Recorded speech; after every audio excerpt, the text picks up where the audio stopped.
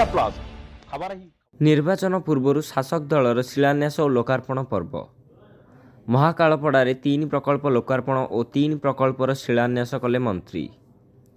निर्वाचन बैतरणी पार हेबापई शासन गादी रे थिबा राजनैतिक दल निर्वाचन आचरण विधि पूर्व प्रकल्प गुड़िकर शिलान्यास और लोकार्पण एक साधारण कथा।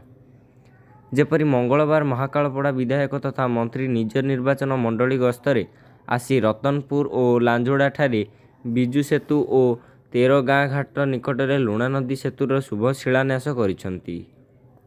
सेहीपरि पाणिखिया बहुमुखी आश्रयस्थली महाकालपड़ारे ब्लॉक स्तरीय आम बसस्टाण्ड और रटपंग ठारे उच्चतर पानी टांकी लोकार्पण करिसंती। मुख्यमंत्री आभासी उद्घाटन पर मंत्री बसस्टाण्ड गृह फिता काटी उन्मोचन करिसंती।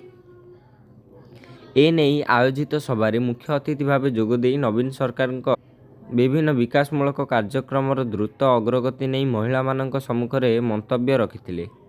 उद्घाटन मंचरे महाकालपड़ा बीडीओ सागर नंद, ब्लॉक अध्यक्षा कल्पना राउत, महाकालपड़ा सरपंच रतिकांत पंडा और अन्य सहयोगी माने उपस्थित थिले। सबुठु बड़ कथाटा होची बस स्टैंड महाकालपड़ारे जो ब्लॉक स्तरीय बस स्टैंड आज लोकार्पित माननीय मुख्यमंत्री कले एवं ता सहित मध्य 2टा साइक्लोन शेल्टर आम आज लोकार्पित करिछु पाणिखिया ठारे एवं सुनती ठारे एवं 3टा ब्रिज नांजुड़ा रतनपुर एवं 13 गाँ महाकालपड़ा गोटा हाई लेवल बड़ ब्रिज ताकू आज शुभ शिलान्यास दिया होची काम आरंभ हो एवं ये बस स्टैंड द्वारा निश्चित भाव में महाकालपड़ार प्रभुत्व उन्नति हो।